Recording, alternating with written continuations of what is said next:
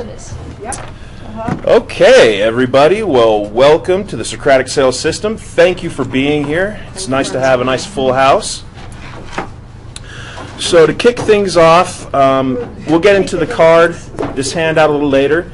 Initially, we're going to be going over some of the basics here with the PowerPoint, and then we'll go into some discussion about how to actually use this system that I'm going to lay out for you. So the starting quote that I have on the first page here is from Socrates, and that is, "As for me, all I know is that I know nothing." Now that's a great phrase because in sales, we need to elicit objections and find out what the true objection is. So we also need to keep in mind that an objection is not a rejection. It is merely a request for more information. And as I said in my email, you know, timid salespeople have skinny kids. So you really, you know, it's true. You know, it really is. And so timid salespeople have skinny kids. Good point. I mean, a salesperson is the easiest sell. Yeah. It's really fun. I mean, you know, sales, being in sales is also the #1 earning profession in the world, hands down.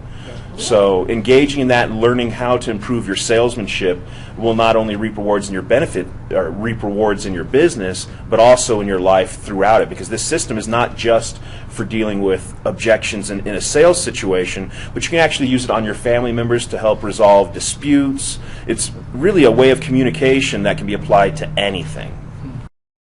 To start things off, I want to give you a quick little biography here of Socrates. For those of you that aren't familiar with him, he's one of the great Greek philosophers in the line of Aristotle, Plato, Socrates.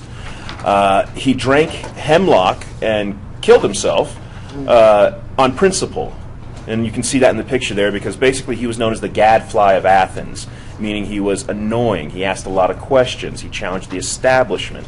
And for that, he was ultimately sentenced to death, and he chose his death to die on his own terms by drinking hemlock.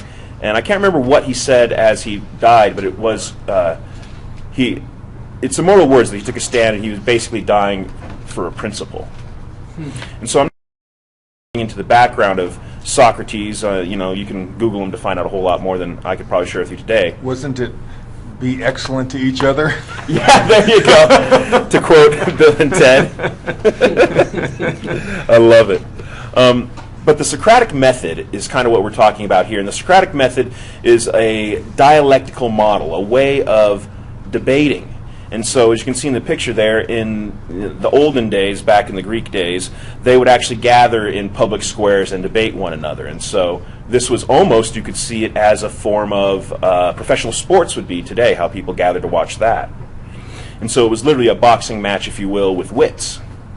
And so it's a view of inquiry that is based upon asking questions, with the key being to get someone to trip up and create a logical fallacy, if you will, or to make a mistake.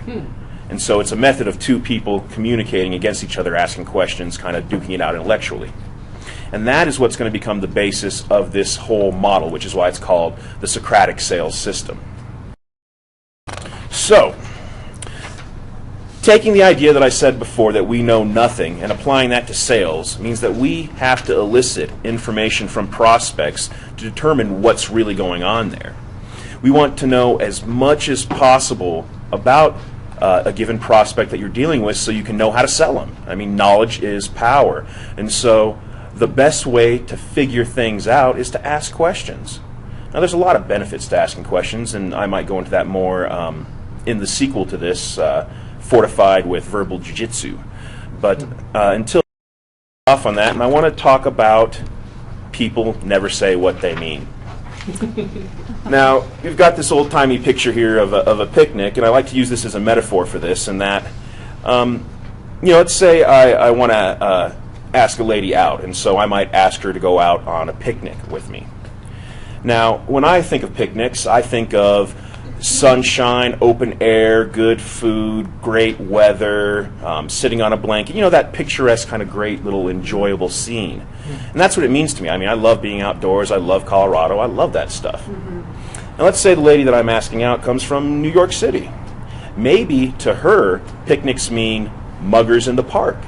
Maybe it means ants. Maybe it means cold, damp, nasty weather.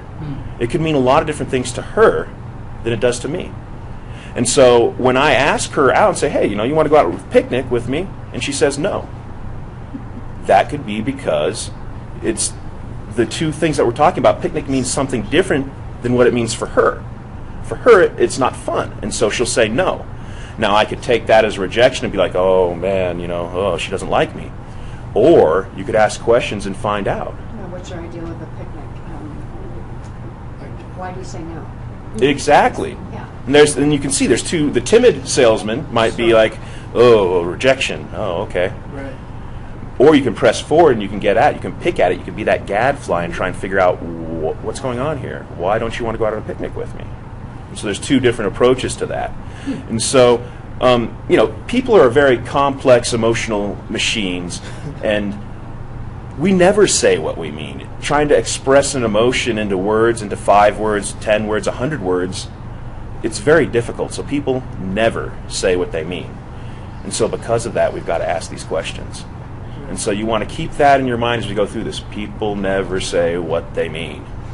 And and that's so true, because in designing, there are a lot of times that I'll go into a client's home and I can listen to this person tell me what they want in a piece of furniture or a piece of art, but I'm looking around while they're talking. I'm scoping out the house and saying, it's not what I see here. So I'll just let them know, okay, I'll put together a couple things.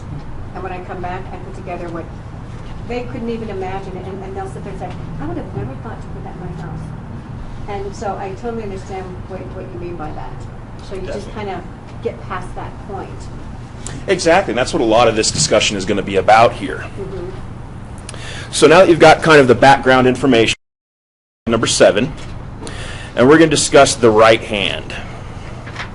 Now, this is much like a dialectical method in that you're going to be tossing things back and forth between your hands. So whatever someone triggers on this side is going to trigger the thumb on this side. So the way your right hand works is your pinky is a universal statement. That are words like always, every, never, universals. The next one, ring finger, is going to be 4 words. Should, shouldn't, must, can't. You can think of these almost as negatives that you're going to run into. The middle finger on the right hand is going to be verbs. And I'm going to go through this pretty quick now, but then I'll go back through and actually help nail this down for you as well. So, verbs are going to be the middle finger, and that's anytime someone talks about action. Yeah? Oh, no, Oh, just okay. the middle finger. Thought you had a question. No, she's not flipping you to the bird. Now, the index finger on your right hand is going to be nouns, a person, place, or a thing. So this triggers whenever someone uses a noun. Okay. And then the thumb is going to be comparisons. Anytime someone says too much, too expensive, too many, quantities of that type. Those are going to be on that hand. Okay? Now remember, the right hand, this is what people say to you. So when someone says something and triggers something on this hand, you're going to correspond it to the finger and kick it over to this hand, which is your answer to it. So the left hand is what you say in response to what people say on the right hand. Got it. Also, you'll notice on that card you've got there, at the very top, the print did not come out well, but very lightly at the top of that card, you can see it says, right hand prospect says, Oh, yeah, that's very... and left hand, You can see it. yeah. It's there, it's just really small, or really thin on the card that I gave you. But that's how you tell which side is which. So on the left hand, if someone says a universal to you, you respond with always, every, or never. For the second one, if someone throws at you a should, shouldn't, must, and can't, well then you got to break that up in their mind and you respond with what would happen if, or what would cause you to, or what would prevent you from. Then for the middle finger, you've got verbs that are shooting across, so you'd respond to a verb question or statement or objection with how specifically. Someone throws a noun at you in an objection, you come back with what specifically. And then if someone throws it's too much, it's too expensive, you bounce back with compared to what. Now Now these are the basics, and is that you must drill for skill. This system will do you no good if you just sit in here, listen to me talk to you about it, and then go home and never memorize it. You've got to memorize it, but beyond that, you've got to drill for skill. And what I mean by that is that in times of stress, people will revert to habit. So if you've got an objection and you're selling someone, and they throw an unexpected objection at you, that's a time of stress, right? Right. I mean, we're sitting here like, oh my gosh, what do I say? So it's mission critical that you memorize this system and practice it, going back and forth between your hands, triggering them. And a lot of this has to do with mnemonics and memory devices. By tying these specific words and things to your hands, it makes it much easier to recall it. So as you're trying to memorize them, you want to shoot them back and forth between your fingers and do that, because the hands will help you memorize it so that you can pull this out at a moment's notice. And the ability to use this technique spontaneously so that no one knows that you're using it is really the true power behind the system. A discussion of specifically how this system can be used. So we've got your thumbs here. This is quantities. So why do we have to ask compared to what? Well, once again, people never say what they mean. Right. Now also, there is no true meaning if there is no comparison to it. I mean, it's too expensive. Okay, compared to what? I mean, that's just nothing. That's like saying this. You know, I mean, what do you do with that? So we have to get more feedback so we know how to proceed forward with the sales. So until you ask compared to what, you don't get what they're saying. So going over some of the examples down here, the objection, it's too expensive. A simple response can always be, compared to what?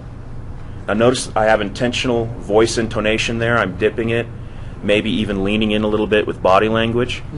And Can I have a question? Sure. Okay, so when I hear you saying, when the client says it's too expensive and you say compared to what? In my case, it's more like,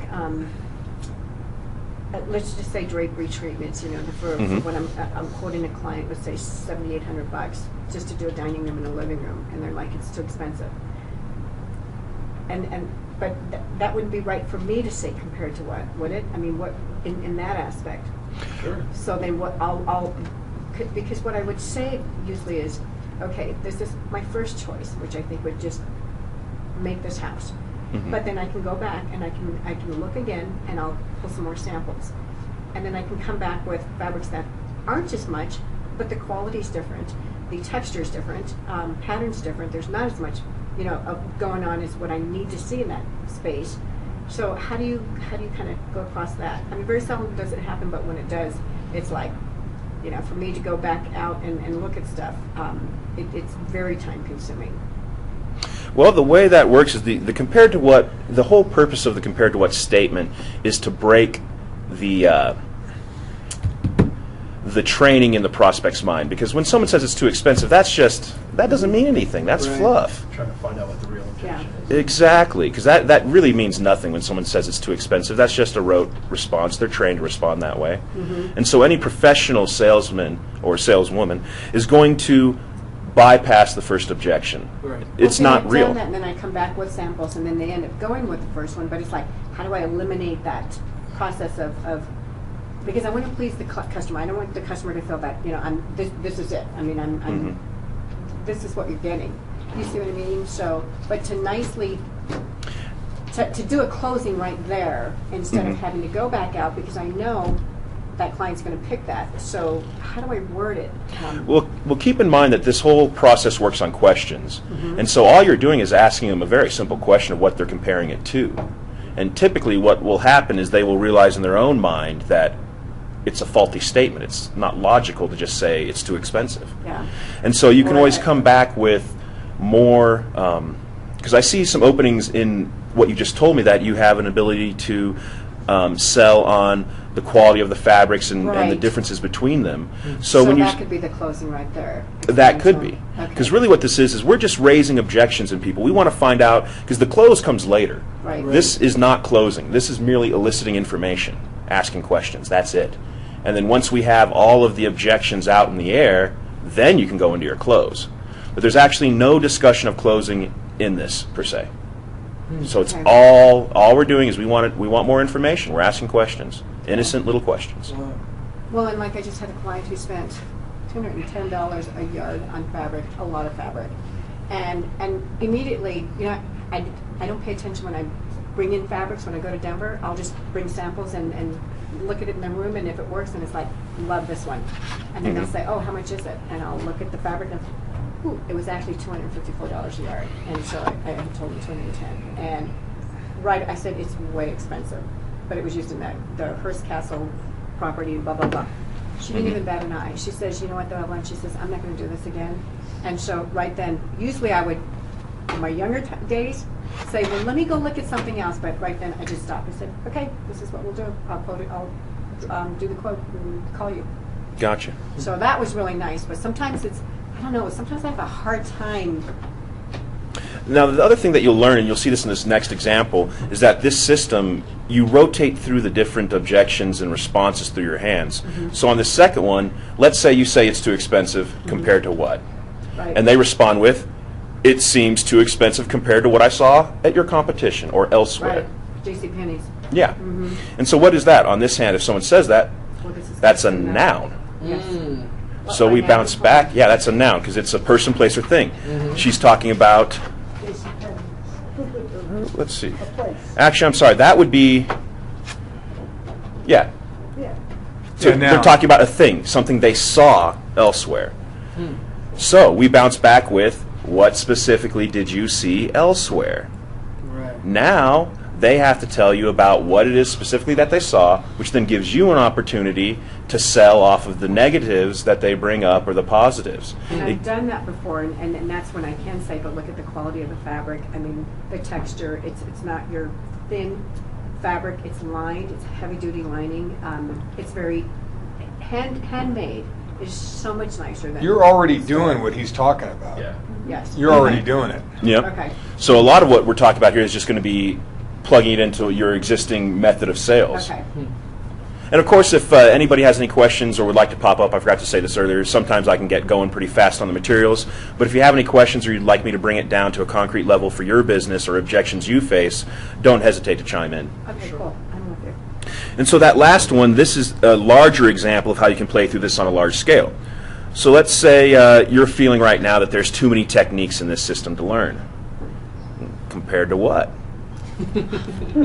Compared to the amount of money. Now you can just do the compared to what, or you can also drop in compared to what? Compared to the amount of money you will make by learning this system, or compared to the amount of effort it takes to memorize this system. Oh, well, compared to the amount of effort it takes. Your response, okay, compared to the amount of effort, well then your response would be, once again, what we are facing is a should, shouldn't, must, can't. So you can respond with, what would prevent you from putting in the effort it takes to allowing you to achieve the success you've always dreamed of but didn't think you could have? You know what would be for me is I'm too scatterbrained. No, seriously, I don't know how to focus, which is a problem I have. I don't know how to focus myself and stay focused. Like I was talking to him at the 10-minute deal. I'm sitting with him. Somebody else grabbed my attention, and then I was off somewhere else. And then he came over to me to give me this piece of paper that we started working on. So I don't know if that's ADD or what, but I don't know how to. No, really, It's and it hurts me. multitasking. No, I understand. It really does hurt me because I'm all over the map. I don't know how to stay focused. Well, the thing about the system is once you really have it down is it becomes instinct.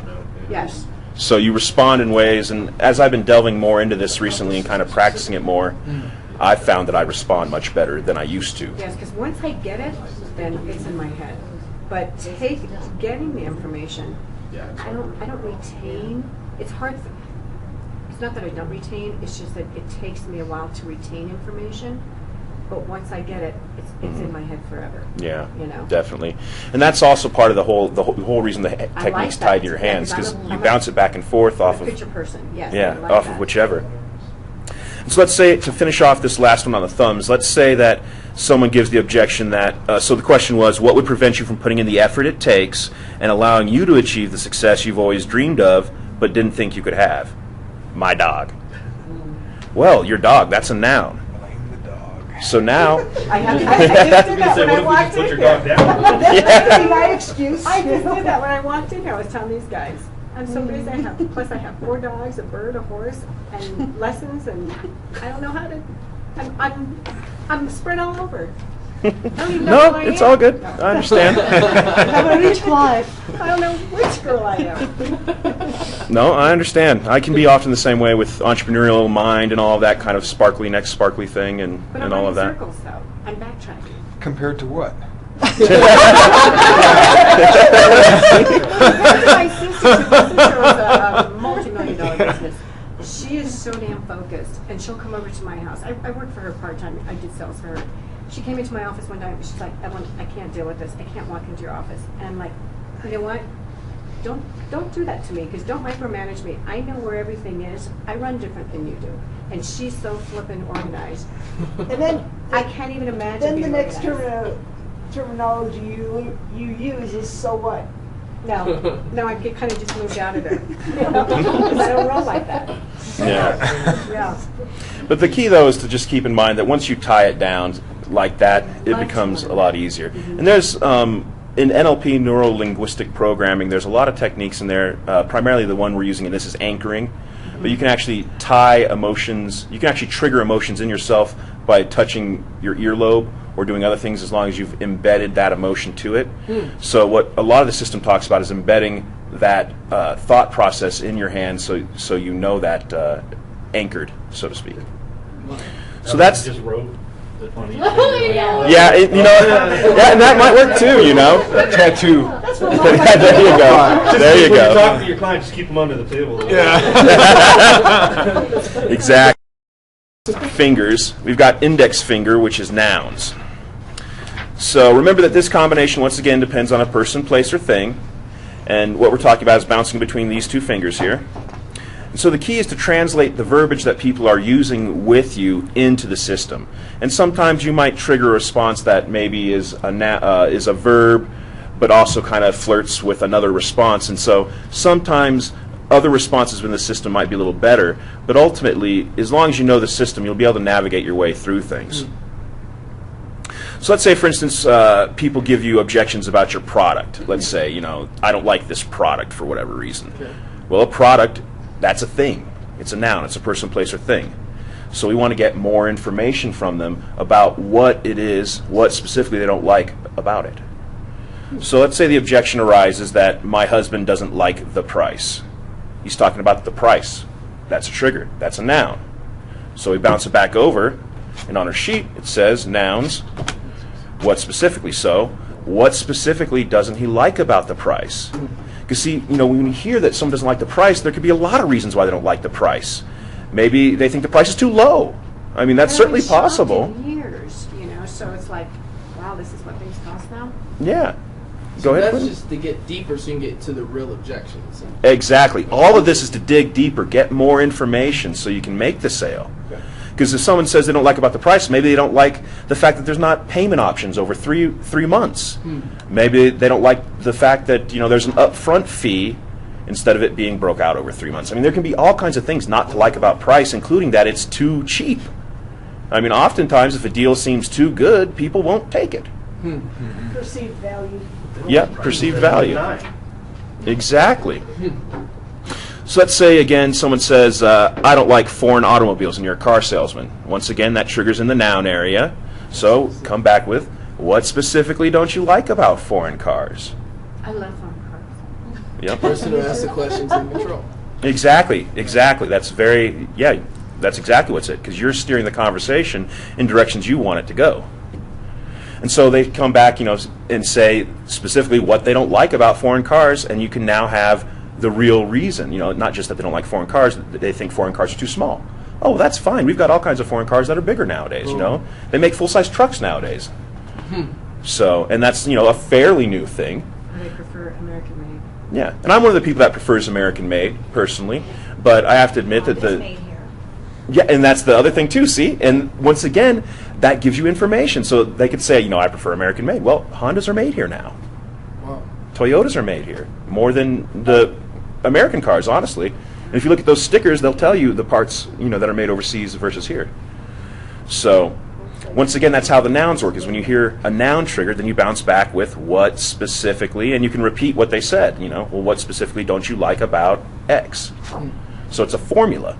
Okay, well, I'm selling my landscape picture, and people say like, oh, it's so nice, but gosh, I don't have any room on my walls. I don't. Okay. A don't? Well, that to me sounds like a negative. Should, shouldn't, must, can't. Well, what would happen if you did have room on your walls for this picture? Well, I don't. You offer to make it smaller. Or ask them if is it the photo? I mean, would you prefer something different to fit your decor? Does this work in your decor? Because a lot of people will say that. It's like, I like that, but I just don't know. And it's like 9 out of 10 times it's because it's not the decor that's going to fit in their space. And then you can come back with, I can shoot anything for you. What do you like in your home? What would you like to see in your home? and keep in mind that this system Let only me come over to your home and see what I can do. definitely. Salesperson. But keep in mind, this system only works with qualified prospects. If someone's not a qualified prospect, Okay. then happen. you're wasting your time.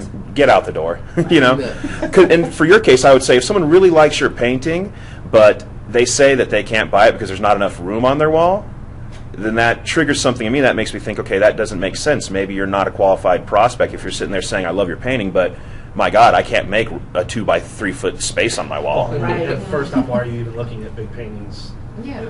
Yeah, exactly. Yeah, exactly. See, because you got to put your mind in there and think about that. Is this person really a qualified prospect then? Because that, to me, sounds like a weak objection. So now the bottom one, and the bottom ones of these usually take it further where you're bouncing between multiple fingers.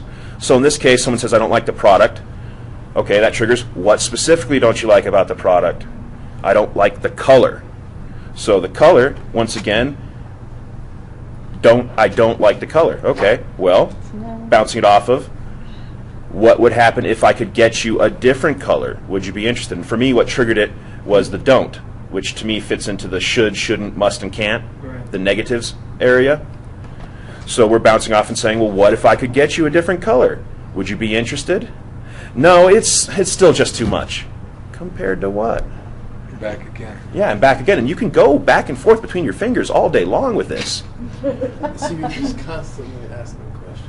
Yeah, and raising their objections. So maybe the color, you can see that maybe the color really wasn't the primary objection. Oh, right. It was it's too expensive was the primary objection. So we had to weed out the fake objection of I don't like the color to get to the real objection. Wow. And people are going to throw, objections at you all the time because people never say what they mean. And he's also talking about a qualified lead. So this is somebody who's Yeah, going I to was buy just from thinking that. somebody. Right. You're going to buy Exactly. from somebody. Why not us? Right. And you've Exactly. got that person right there. You've got that. You've got that potential client. You're right there with them. Yeah, and there's a reason why that person's in the room with Right. you. Exactly. Probably because they're a qualified prospect. Right. I mean, that, and so if they are, then they're not going to be throwing 15 objections at you. Right. Mhm. Right. You might have to go through a few to get to the real objections, but if they're a qualified prospect, this should work on them. And if not, then they're just, playing around with you, really. And like I said, you got to get out of there because you're wasting your time. Or else you're totally on the wrong track yourself. You know what I mean? Exactly. So that would be the 2 middle fingers. Verbs are doing words, words that describe actions, and those are the key words that you want to pay attention to. Now this one would work, let's say you've got a friend and taking it out of the sales situation as much, and say, I want to make more money, Okay, well, making more money, that's an action, so that'll trigger the response of, how specifically do you want to make more money? Now we're taking out of I want to make more money, but, okay, well, how specifically? What is your plan for making more money? Oh, well, and that makes them think again, takes them back into their mind, and gets them thinking about positive things, actions they can take, instead of the negative side of things. And so that's where I need help on, because I'm at that point where I just hired Ruth for my bookkeeping to take a load off of time doing my purchase orders and stuff, but it's like I can't yet afford somebody else to be with me, but I'm ready to take that next step, because I'm just like all over, and sometimes I can't even sleep at night because it's like, oh, did I measure this, or I've got to make this phone call. So I've got a list. By the time I wake up, it's full on the front and the back, and that's what I take around with me all day. And when I'm in my car, I'm making phone calls and I'm doing this. I'm thinking, and I've almost gotten into an accident a few times. I'm thinking, I can't do this, but I'm programmed that way right now. So I don't know how to. I don't know how to take that next step. Well, just as a side note, not specifically to do with this, but you can change any habit or any programming that you have within 21 days simply by doing it or making a conscious effort to do that for 21 days, and that will stick in your mind and begin to form a new habit. That's actually from psychocybernetics, is where I learned that. So figure out what you want to do or what the habit is you want to change, what you need to do to change it, and then do that religiously for 21 days. And then that starts the formation of a new habit and makes it much easier after that to deal with. And the other thing is, avoid the tyranny of the urgent and focus on what's the most profitable thing for me to do right now. And then keep asking yourself, because you start getting flustered, okay, clear your mind, what's the most profitable thing? Mike, I'm kind of looking ahead of this, and it's basically the two questions or two things is how or what. How would you do this, or what do you want to achieve by this? So this is seemingly, and then compared to what? So it's basically still coming down to the two questions is how do you want to achieve that, or what do you expect? So am I catching on to that the correct way, or is that... Those are a lot of answers that you can give fall into those categories, but the always, every, and never, dealing with the universals are a little bit different. But certainly a lot of the objections you're going to run into are going to fall into those two categories because they are so broad with the how specifically or the what specifically. And a lot of this is intentional because we want to have people, and this will come up in a later slide, but we want to have people go through certain actions in their mind before making the purchasing decision. And a lot of this is breaking up the communication that automatically happens in the prospect's mind. Because just like I am working with you all to train you to do this technique to increase your sales, prospects are trained. They're trained to say no. And so we have to break up that thought pattern and get into their mind and figure out what's going on in there so we can effectively sell. Right. And so a lot of that is, what specifically, what are your motivations? How specifically, what are you going to do?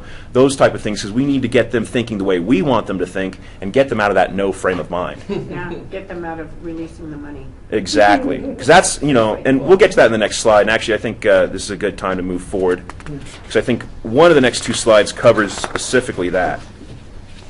Yeah, so let's say you come to your close and someone gives you the objection, I need to think it over. Now that is a very clear-cut signal to you telling you that you made a mistake. And that mistake is that you did not get the prospect to go through the buying process in their mind already. Otherwise, they wouldn't need to think it over because they've gone through the buying process and decided they want to buy. There's nothing to think over at that point. And so a lot of this is about getting them to purchase the product in their mind and go through the steps psychologically of buying from you. That way, when you come to the end and do your close, they've already bought the product 5 times in their mind. You're going to get a much better chance of getting a yes out of them at that point. And if they say that, I need to think about it, that just means you need to give them more information and get them to go through that buying process in their mind. So we want to get them to buy it over and over again. That way, when it comes to the close, they're in a yes frame of mind. And so when someone actually, coming specifically to the, when someone says they can't afford it, what really that is that's blinders on. That's tunnel vision. They're sitting from a place where they're sitting there saying, okay, I can't afford it. I can't afford it. That's all they're seeing. You haven't opened the realm of possibilities to them yet. And so if someone's sitting in front of you, they should already know roughly, what they're getting into here. And if they're a qualified prospect, then they should be able to afford it. Right. So it's this tunnel vision, this mindset that's keeping them from buying. And so we've got to break that up. And so their automatic response, which is it's too expensive or no, has to be disturbed. And that's a psychological term called should disturbing. When people think they should do something, well, why? You know, I mean, why? And that's the whole thing, is we got to break that chain of thoughts in their mind and get them going in our direction. And ultimately, if this system fails, it's because the chances are 95% of the time they're not a qualified prospect. So for the ring fingers, we'll start with the first example. This product sounds hard to use. I can't do it. Okay. Well, that bounces over to, that's should, shouldn't, must, and can't. And I love the can'ts. Those are easy to answer. Well, Can't you? yeah, exactly. Or, check this out. What would happen if you tried our product and experienced all of the benefits that I have promised you? Would you want it then? And notice the voice intonation, hand gestures, leaning in. Once again, I'm making them buy the product in their mind. What would happen if you experienced the benefits I promised you? Would you want it then? Can I do a little scenario with you then? Sure. Because there's a lot of women who have tried to sell me on beauty products, lotions, face stuff, and blah, blah, blah, blah. But you're talking easy $300 for the product, the whole, wash in the night, day, blah, blah, blah. I'm not that kind of person. But the products that I use are like maybe $12 for 6 months, you know what I mean? So but then it's like, well, if you'll just try my product and see what you think. But how do you tell somebody, how do I want to say this? I can't see spending $300 for a product that that is supposed to be good for your skin when I've been doing this all my life and I'm totally content with that product. He's telling the truth. Yeah. I mean, Just that. but do you What see you what I said. mean? Yeah. Okay. Okay. Well, then you wouldn't be a qualified Yeah. buyer anyway. Right. Mm-hmm. Prospect. Yeah, and then of course also it would be, how did that person end up in front of you too? Friends of friends always, they always say, like I said, a salesperson is usually the easiest sell. So it's like, ask Evelyn, blah, blah, blah, blah. Mm-hmm. But I can see their product. But on the other hand, I mean, I've watched so many programs on television where you can spend that kind of money, but what's in those products are just as good as what you're buying for next to nothing, Mhm. So. And I'm hearing a few different kind of objections in there that you can play with. Yeah. But ultimately, if you end up in front of that person with no intention to buy, then it's not a qualified prospect, and that's why I said it depends on how people come to you, because it's just like, oh, talk to Evelyn. Yeah. That's. I'm interested to hear, but then when I start thinking about the product and how much you have to use it now, you got to wash with this, then you got to put this on, then you got to put this night cream.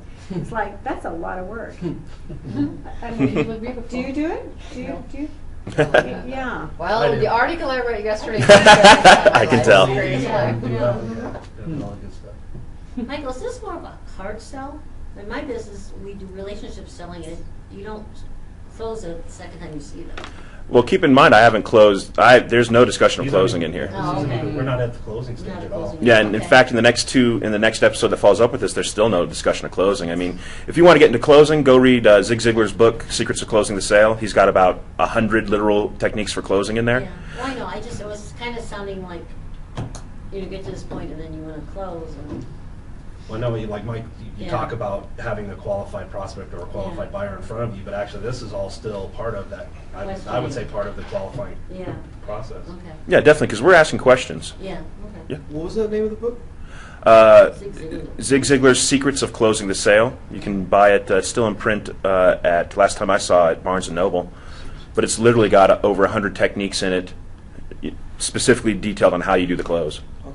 And if you're with You a can get it in qualified Nook buyer and and you Kindle, show too. them really Yeah, I don't know if you got what they one or not. I need can know. Yeah. or what they want, they'll usually at the end, even if they have to think about it, they'll call you up and say, okay, let's do it. Yeah. And also, this is, and you missed the comment I think before you came in where I said that timid salespeople have skinny children, essentially. And that's what it is, because the way I see it, you can't be too pushy in sales as long as what you're selling is of benefit to them, Right. because that means you're failing them by not selling them. But it's how you present yourself. And if they get mad at you, you shouldn't feel bad about it because all in all, you were trying to help them. Yeah, and that's what I feel about my marketing. I mean, if people use my services or don't, that's why I structure my mastermind that way. You can go forth and succeed on your own, or you might want to work with me. Either way, it's fine. But I provide value. I provide service. I help people build incomes for their children, for generations. I help people buy the cars they want, get dentistry for their kids. I do a lot of great things for people, and if someone doesn't want to work with me, that's fine. My ego can handle that. You know, there's plenty of other people out there. The world, you know, there's 300 million Americans. You know, you're just one. So You're likely to get There's a buyer for every 10,000 person. no's before you get that 3 that's yeah, a yes. exactly. Yeah. And so I want to go through those no's as fast as possible. I want to fail as fast as possible to get to the yeses. Eat them up. Yeah, there you go. See? So coming back to this, someone says, I can't afford your product or service. Well, what would happen if you could afford it? And then the 3 questions tied to the ring finger there, what would happen if, what would cause you to, or what would prevent you from, those can be based on your personality, the type of response you give. But also you might have to go through those 3 different questions in different ways in the different objections to get them to think properly, so to speak, to get them into that yes frame of mind. So what would happen if you could afford my product or service? Next objection, I'm sorry, I can't do that. Well, what would prevent you from doing that? Because all the time, dealing with people on refunds and things of that nature, because I tend to be pretty picky if I do business with someone and I don't feel that I've gotten my value's worth, I'm not afraid to ask for more or discounts or whatever, and people say, I can't do that. I'm like, well, why? Well, what would prevent you from doing that? I'm a paying customer. I've been with your company for 3 years. What would prevent you from doing that? That doesn't make any sense. I mean, if you value me as a customer, what would prevent you from doing that? And you're putting them, in a sticky situation. He's right. He pays me. He's been a valued customer of mine. Do I want to keep him? And once again, people are just going through the cycle. Oh, I can't give you a refund. What would prevent you from giving you a refund? Okay, you can have a refund. I mean, that's what we're really doing here, because people rarely have well thought out reasons for their objections. They just throw them out there. Yeah, and so if you strategically rebut it and then bounce it back to them, I mean, they're going to run out eventually and give in. I mean, it's just that easy. So they say it can't be done. Who specifically says it can't be done? They? Who's they? They's nothing. And so once again, we got to bring it down. And maybe they say, well, this specific person says it can't be done. That's a noun, person, or thing. Okay, well, what specifically about this person prevents you from doing that? Or I shouldn't take the risk of buying a new car. Well, what would happen if you bought a new car? Take them out of that tunnel vision and get them to open their view. That's where I'm at right now. Do I want to use? Yeah, definitely. To universals. These are fun. So coming back to anytime you have a universal that someone brings up, it demonstrates that they are in a loop in their mind. So you have to break that loop to move past the objection. And until you break that loop, they're going to keep on agreeing with you until you get to the close, and then they're going to stop and bring up that objection again because it's a universal. It's a loop in their mind. So they might go along for a while, but if you don't break that loop when it comes to closing, they're going to bring it right back up again. So universals can always be challenged because they are never true. Never? Okay, almost never true. But so an objection, everybody knows that Japanese-made cars are the most reliable. Everybody? It's that simple. Lean in a little bit. Lower your intonation. Because you can always challenge a universal. Universals are not true. Bringing it to your child at school. Maybe they went to school and had a real rough day. Comes back, Mom, everyone hates me at school. Everyone? That works. That can't be possible. Everyone hasn't met you. See what I'm saying? Nobody's totally useless. You can always be used as a bad example. But that's the power of this different model, is that it's these simple questions, and a lot of times it's the tonality. That's just for today. Tomorrow they'll like you. Or, I'll never be good at sales. Never?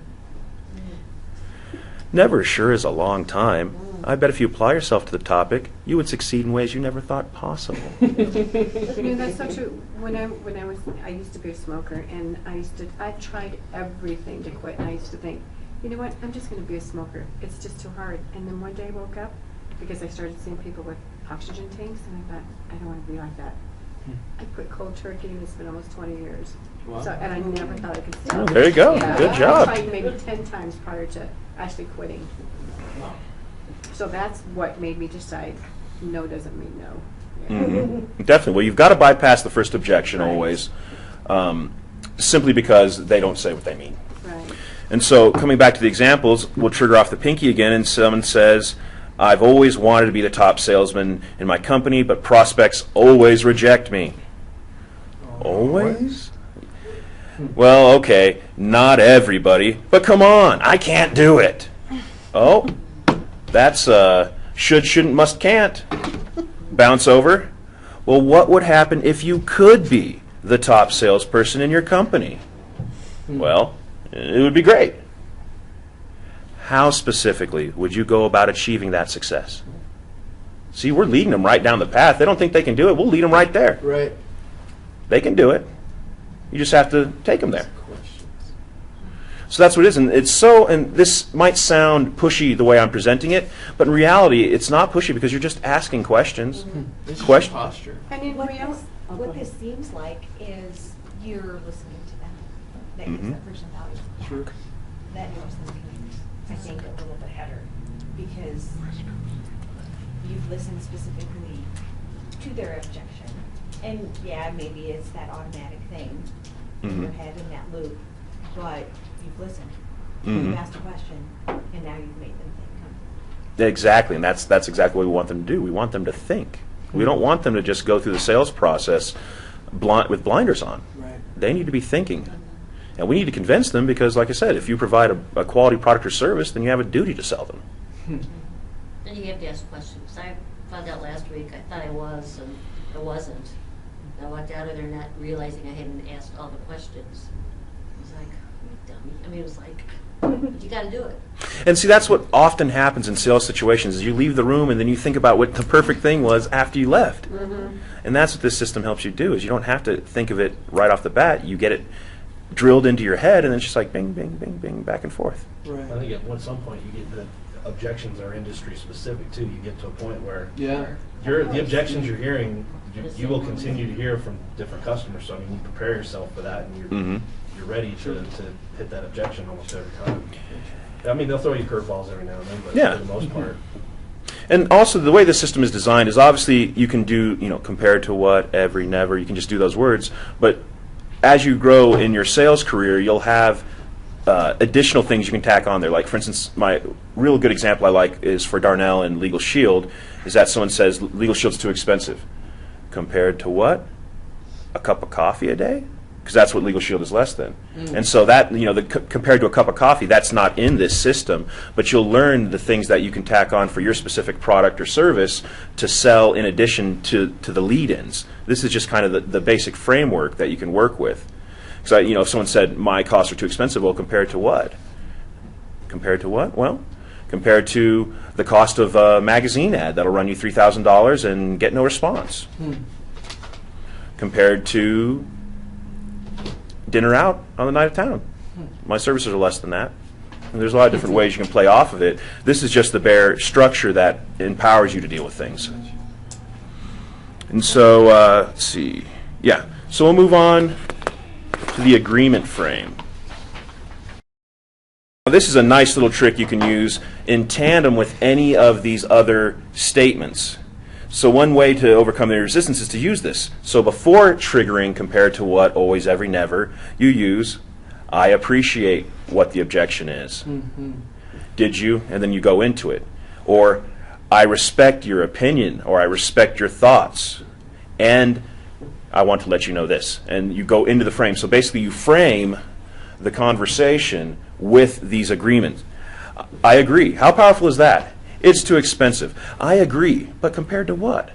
Because they feel good that you're agreeing with them, and now you got more questions. And so you can preface all the time any of these statements with that, and it'll make it more powerful because you're agreeing with them. I appreciate that foreign-made cars tend to be more reliable than American cars. Boom, right into it again. Or I hear what you're saying. The only key thing with this that you don't want to ever say is I understand.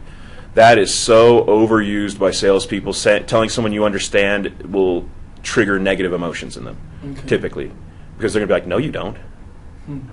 And that's been overused by salespeople so often that it's lost its meaning, if you will. So I never say I understand, but I always use I appreciate, I respect. I agree is great. Agreeing with people's objections, that's probably the last thing they're going to expect you to do. And then so for the last, and we've got about, and I do have to be out on time today for sure, but we've got about 7 or 8 minutes left. I wanted to take some time, and if people had specific objections they'd like to throw at me, or if people wanted to kind of play around with the sales system, to give them an opportunity to do that. So are there any specific objections that people run into a lot that they'd like to have kind of dealt with through the system? Not having the time. I don't have the time. You got time to get, use your product or take a vacation, anything like that. Okay.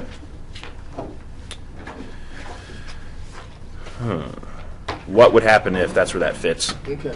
What would happen if you did have the time? I would probably go on vacation. And see? And then now we got them buying your vacation. Okay. And if you think about it, what triggered that?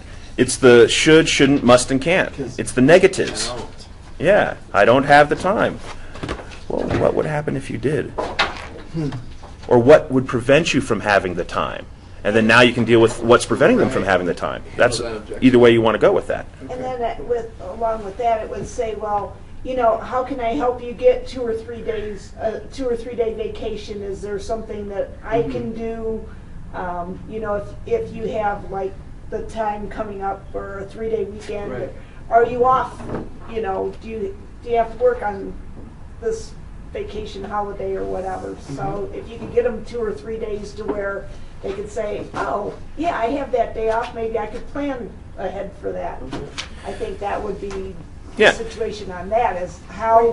Can you pay for my vacation? And how that gets even more powerful, I assume that's an objection you get often. Yeah. Well, then you have, in addition to, so I gave you the model, what would happen if, or what would prevent you from having the time. Right. But then also have resources prepared to follow up with. So let's say, I don't know exactly what it would be that would give them more time, but think about how you can create some offering or do something in your business that frees up their time for them, and say, well, what would happen if you had the time? Oh, well, I go on vacation. Well, it just so happens that I have benefit number 1, benefit number 2, and benefit number 3 that can help overcome that difficulty. Right. So So speaking... you had the objection, show them how to handle, like, the fix, pretty much. Yeah, exactly. That's what I'm saying. And, it might be that you offer priority booking, or it might be, whatever it is that you offer that might save them time. Maybe you do the whole package for them so that they don't have to spend time, like, figuring everything out. Right. Whatever it is for your specific business, but you can follow up that statement with, the supporting information for your business, so to speak. Okay. Well, I guess the question is too, is you're industry specific, so is that person in front of you really qualified? Right. And how did he get in front of you? Right. Was an appointment made by somebody that calls these people for you to sit down in front of them? Right. That person on the phone should have, found out that this guy doesn't get days off. He doesn't go on. He hasn't been on vacation in 10 years. Okay. I don't know. Are they finding that stuff out? Kind of the background. Yeah. Right. So I mean, if you got a guy that says, "Yeah, I haven't been on a vacation in 10 years," well, why not? Right. I can't get out of work. Gotcha. Yeah. And of course also, and also the goal with that objection is to get them out of the frame of mind that they don't have the time. Of course they have the time. It's their life. They could quit their job right now, pawn all their possessions, and go. I mean, if they wanted to. I mean, It's so true. There's a way. Yeah, so it's just a matter of breaking that thinking in their mind. And also something that popped up with what you were just saying too is in qualifying your prospects, there's a great phrase, and I'll use, for example, a realtor. Have you ever seen a home that you would love to own but didn't think you could afford? Now, the response to that has got to be a yes. I mean, who hasn't seen a home that they would love to own? Yeah. And so, now if they say no, okay, well, I don't need to waste any more time with you. Peace. Right. Not qualified. Yeah, I'm gone. I'm not going to waste time. I have enough friends. I don't need more. Right. So, on top of that, the verbiage in that's very specific. Because what did I end it with? You can afford. Have you ever seen a home that you'd love to own but didn't think you can afford? I'm telling them they can afford that home. Something $1 million plus.